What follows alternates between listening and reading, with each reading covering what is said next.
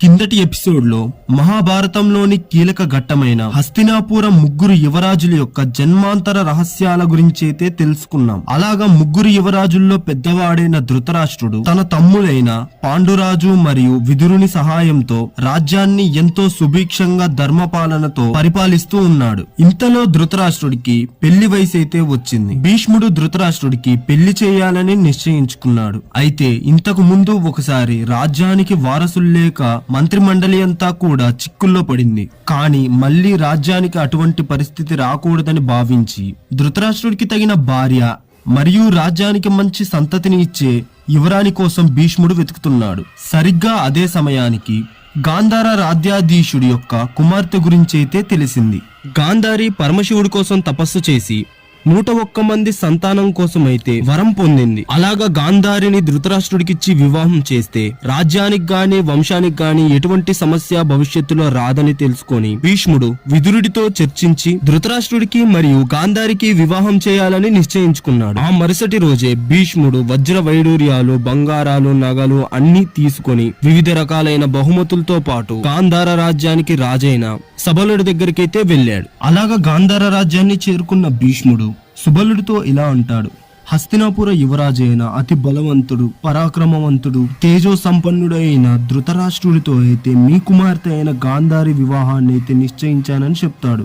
దానికి ఎంతో సంతోషించిన సుబలుడు, నాకు ఈ వివాహ ప్రస్తావన ఇష్టమే, కానీ నా కుమార్తె గాంధారికి ఇష్టమో లేదో తెలుసుకోవాలని భీష్ముడితో చెప్తాడు. కానీ ఇంకోవైపు గాంధార రాజకుమారుడు అయిన శకుని ఈ వివాహానికైతే ఒప్పుకోలేదు. శకుని అత్యంత తెలివైన వాడు, మహామేధావి, మనుషుల మనస్తత్వం ఇట్టే పసిగి వారి ఆలోచనలు బయటికి చెప్పేంత గొప్ప మేధాశక్తి కలవాడు. ఎవరినైనా తన వలలో ఇట్టే పడేసే వాక్చాతుర్యం కలవాడు. అయితే శకుని గురించి ఎన్నో కథలు ప్రచారంలో అయితే ఉన్నాయి. ఈ వీడియోలో మనం శకుని యొక్క వ్యక్తిత్వం గురించి తెలుసుకోవడం చాలా అవసరం.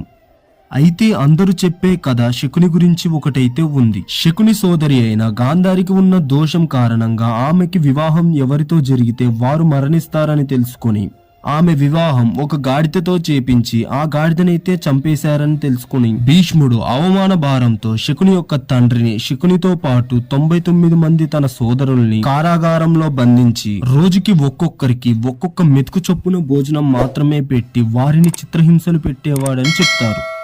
దానితో శకుని యొక్క తండ్రి వాళ్ళని ఇంత చిత్రహింసలకు గురి చేసిన భీష్ముడిపై పగ తీర్చుకోవడం కోసం వారందరికిచ్చిన మెతుకులన్నిటిని కలిపి ఒక ముద్దగా చేసి శకునికైతే పెట్టేవారని చెప్పి ఆ ముద్దని శకునికి మాత్రమే పెట్టి మిగిలిన వారందరూ మరణిస్తారు. ఆ విధంగా శకుని భీష్ముడు మరియు వారి వంశం మొత్తం మీద పగనైతే తీర్చుకోవాలనుకుంటారని ఒక కథలో అయితే ఉంటుంది. అయితే ఇప్పుడు ఈ కథ నిజమేనా అనే విషయం అయితే తెలుసుకుందాం. నిజానికైతే మహాభారతంలో ఇటువంటి కథ అసలు లేనే లేదు. మనం మహాభారతాన్ని క్లుప్తంగా చూస్తే భీష్ముడి యొక్క స్వభావం చాలా మంచిది, సద్గుణాలు కలిగిన వాడు భీష్ముడు. అలాంటి భీష్ముడు ఇటువంటి దుష్కర్మలకైతే అస్సలు పాల్పడరని అందరికీ తెలిసిందే. భీష్ముడు తన తల్లి కోసం సింహాసనాన్ని త్యాగం చేసి ఆ జన్మ బ్రహ్మచార్య వ్రతాన్ని పాటించేవాడు. అటువంటి భీష్ముడు ఒక దోషాన్ని తొలగించడం కోసం చేసిన యజ్ఞం వల్ల మొత్తం శకుని కుటుంబాన్నే చంపారని అనడంలో ఎటువంటి సత్యం లేదు. కొంతమంది ఇలాగా శకుని కుటుంబాన్ని అయితే భీష్ముడు చంపారు అని అంటారు, ఇంకొంతమంది దుర్యోధనుడు చంపారు అంటారు, ఇంకొంతమంది ధృతరాష్ట్రుడు చంపారని కూడా అంటారు.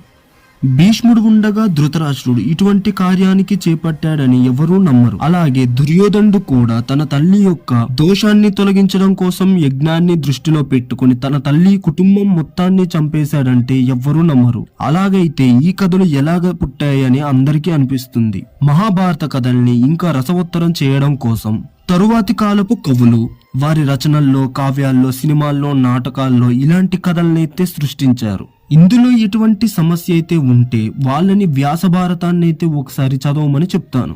ఇప్పుడు మన కథలోకి వెళ్తే శకుని వివాహానికి ఒప్పుకోకపోవడానికి కారణం జన్మంగానే అంధత్వంతో పుట్టిన ధృతరాష్ట్రుడికి మన చెల్లెల్ని ఎలాగ ఇవ్వాలని తన తండ్రి మరియు తల్లితో అయితే తను చర్చించి వివాహాన్ని అయితే రద్దు చేయమని కోరతాడు. కానీ ఇంకోవైపు సబలుడు భీష్ముడితో తన పుత్రిక అయిన గాంధారిని ధృతరాష్ట్రుడికిచ్చి వివాహం చేస్తానని చెప్పినప్పుడు ఆ పక్కనే జరిగిందంతా విన్న గాంధారి తన మనసులో దృఢంగా నిశ్చయించుకుంది ఇక తన భర్త ధృతరాష్ట్రుడేనని. ఇక తన పక్కన ధృతరాష్ట్రుణ్ణి తప్ప ఇంకో పురుషుణ్ణి ఊహించుకోలేనంతగా తనపై ప్రేమనైతే పెంచుకుంది గాంధారి. అందువల్ల గాంధారి ఈ వివాహానికైతే ఒప్పుకుంది. దానితో గాంధార దేశ రాజు అయిన సబలుడు గాంధార దేశ యువరాజు శకుని మరియు తన సోదరి అయిన గాంధారిని సకల లాంఛనాలతో హస్తినాపురానికైతే పంపించాడు. భీష్ముడి దగ్గరుండి గాంధారికి ధృతరాష్ట్రుడికి అంగరంగ వైభవంగా వివాహాన్ని అయితే జరిపించాడు. అయితే అందరికీ ఆశ్చర్యం కలిగించే విధంగా గాంధారి తన కళ్ళకు గంతలు కట్టుకొని వివాహ మండపానికైతే వచ్చింది.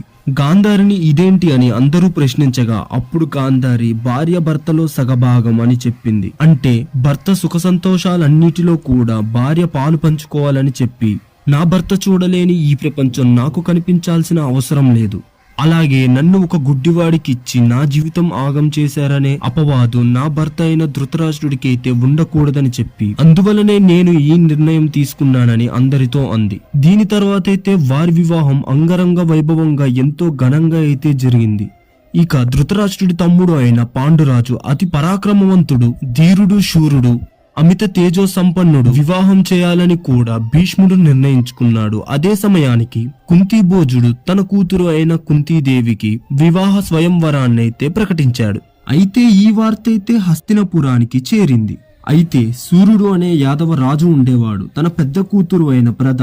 అయితే సూర్యుడు తన మేనత్త కుమారుడు అయిన కుంతీభోజుడికి సంతానం లేని కారణంగా తన పెద్ద కూతురు ప్రదనైతే తనకి పెంచుకోమని చెప్తాడు. అలాగ ప్రదనే ఇప్పుడు కుంతీదేవి.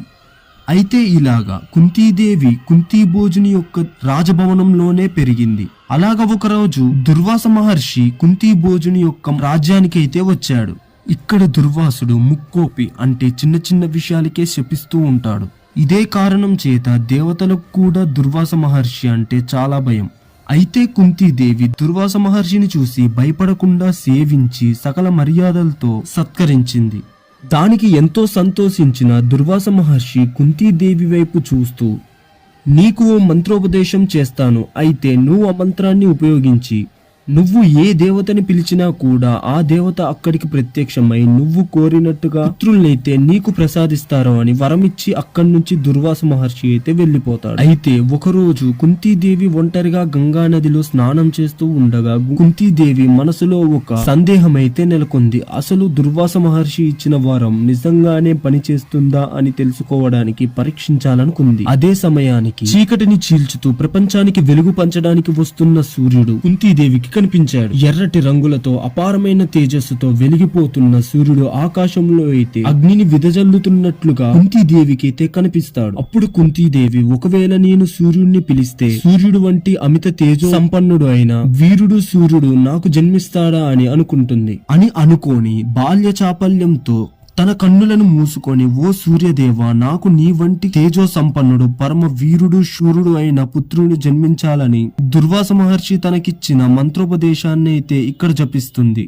అప్పుడు సూర్యుడు ప్రత్యక్షమై అపార తేజస్సుతో బగబగబగ మండిపోతున్న అగ్ని వలె సూర్యదేవుడైతే కుంతీదేవి ముందటికి రాగానే కుంతీదేవి గజగజ వణికిపోయింది భయంతో. అప్పుడు సూర్య భగవానుడు తన తేజస్సును కొంత తగ్గించుకొని కుంతీదేవి వైపు చూస్తూ, బాల, భయపడకు, నువ్వు అడిగిన వరాన్ని నేను ప్రసాదించడానికి నీ వద్దకు వచ్చాను అని అన్నాడు. దానికి కుంతీదేవి, స్వామి క్షమించండి, బాల్య చాపల్యంతో తెలియక మిమ్మల్ని ఆహ్వానించాను. నాకు ఇంకా వివాహం జరగలేదు. ఇప్పుడు గనక నాకు బిడ్డ జన్మిస్తే నా తల్లిదండ్రులకు నా ముఖం ఎలా చూపించను? నన్ను క్షమించండి, దయచేసి మీరు తిరిగి వెళ్లిపోండి అని అంది. అప్పుడు సూర్యుడు, ఒకసారి మా పేరు పిలిచి మమ్మల్ని ఆహ్వానించినప్పుడు వరం ఇవ్వకుండా తిరిగి వెళ్లడం సాధ్యం కాని పని అని కుంతీదేవితో చెప్తాడు. అని చెప్పి, నీకు గర్భం రాకుండా బిడ్డను ప్రసాదిస్తాను, ఆ బిడ్డను స్వయంగా నేనే రక్షిస్తానని సూర్యదేవుడు కుంతీదేవితో చెప్తాడు. అలా చెప్పి తదాస్తు అని ఆశీర్వదిస్తాడు. వెంటనే సహజ కవచ కుండలాలను ధరించి వజ్రం లాంటి రూపంతో సూర్యుణ్ణి మించిన తేజస్సుతో ప్రకాశిస్తూ కుంతీదేవి చేతిలో ఒక అందమైన బాలుడైతే ప్రత్యక్షమవుతాడు. ఆ బిడ్డ మరి ఎవరో కాదు, మీ అందరికీ తెలిసే ఉంటుంది ఇప్పటికీ. మరి ఆ బిడ్డ పేరు వచ్చేసి కర్ణుడు. ఈ మహాభారతం ఎపిసోడ్ తో సంబంధం లేకుండా కర్ణుడి బయోగ్రఫీని నేను సపరేట్ గా ఒక లెంతీ వీడియో ఫుల్ ఫ్లెడ్జ్డ్ గా తన పూర్తి జీవితాన్ని మునిస్తూ ఒక వీడియోనైతే చేసి ఛానల్లో త్వరలోనే అప్లోడ్ చేస్తా. కానీ ఇప్పుడు మహాభారతం ఎపిసోడ్స్ అన్ని కూడా వ్యాస భారతాన్ని బేస్ చేసుకునే చెప్తున్నాను. ఈ వ్యాస భారతాన్ని బేస్ చేసుకొని ప్రతి ఒక్క క్యారెక్టర్ కి అయితే మంచి చెడు రెండు ఫేసెస్ ని కూడా క్లియర్ కట్ గా ఎక్స్ప్లెయిన్ చేస్తాను. ఈ మహాభారతం ఎపిసోడ్ వైజ్ సిరీస్ లో అయితే ప్రతి ఒక్క క్యారెక్టర్ అంటే కర్ణుడు, అర్జునుడు, ఈవెన్ కృష్ణుడు కూడా మరియు భీష్ముడు ఇలాంటి ఎన్నో క్యారెక్టర్స్ కి మంచి చెడు రెండు రకాల గుణాలని కూడా క్లియర్ కట్ గా ఎక్స్ప్లెయిన్ అయితే చేస్తూ ఉంటాను. వీడియోనైతే లాస్ట్ వరకు చూడండి. ఇప్పుడు వీడియోలోకి వెళ్ళిపోతే కుంతీదేవికి కర్ణుడిని పుత్రుడిగా ప్రసాదించి అక్కడి నుంచి సూర్యుడైతే సెలవు తీసుకొని వెళ్ళిపోతాడు.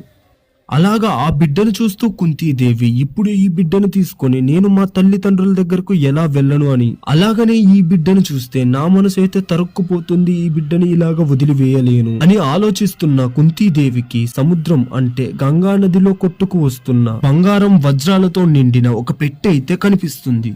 అప్పుడు కుంతీదేవికి సూర్యుడు చెప్పిన మాటలైతే గుర్తొస్తాయి. ఈ బిడ్డకు నేను స్వయంగా రక్షణ కల్పిస్తాను అన్న సూర్యుని వాక్ అయితే గుర్తొచ్చి అప్పుడు కుంతీదేవి తన చేతిలో ఉన్న బిడ్డ కర్ణుణ్ణి ఆ బాక్స్ లో పెట్టేసి సూర్యదేవుడికి ఇలా మొక్కుకుంటుంది. ఓ సూర్యదేవ, నీ బిడ్డ అయిన ఈ కర్ణుణ్ణి నీవే తుది వరకు రక్షింపుగాక అని కోరుకుంటుంది అని మొక్కి ఆ బిడ్డను అక్కడే నదిలో వదిలేసి వెళ్లిపోతుంది కుంతీదేవి. అలాగ కుంతీదేవి చేసిన ఈ ఒక్క తప్పు కర్ణుడి జీవితాంతం కూడా తనని వెంటాడుతూనే ఉంది. అలాగే కుంతీదేవి జీవితాంతం కూడా తనను బాధిస్తూనే ఉంది. ఈ తప్పు వల్లనే కర్ణుడు రాజభోగాలు అనుభవించుకుంటూ హస్తినాపుర మహాసామ్రాజ్యానికి రాజు కావలసిన వాడు చిన్నప్పటి నుంచి సూతుడు అనే మాటతో చిత్రవాద అనుభవిస్తూ లోపటే కుల్లి చెడు మార్గం అయిన దుర్యోధన వైపుకైతే చేరుకొని చివరికి మరణాన్ని అయితే పొందుతాడు. అండ్ మహాభారతంలోని ఎపిసోడ్ 7 గురించి నెక్స్ట్ వీడియోలో చూద్దాం. వీడియో నచ్చితే లైక్, షేర్, సబ్స్క్రైబ్ చేసుకోవడం అయితే అస్సలు మర్చిపోకండి. ఫర్దర్ గా మన ఛానల్ నుంచి చాలా ఇంట్రెస్టింగ్ వీడియోస్ అయితే రాబోతున్నాయి. ఛానల్ అయితే సబ్స్క్రైబ్ చేసుకోవడం అస్సలు మర్చిపోకండి. అండ్ ఇంకో ఇంట్రెస్టింగ్ వీడియోతో మళ్ళీ కలుద్దాం.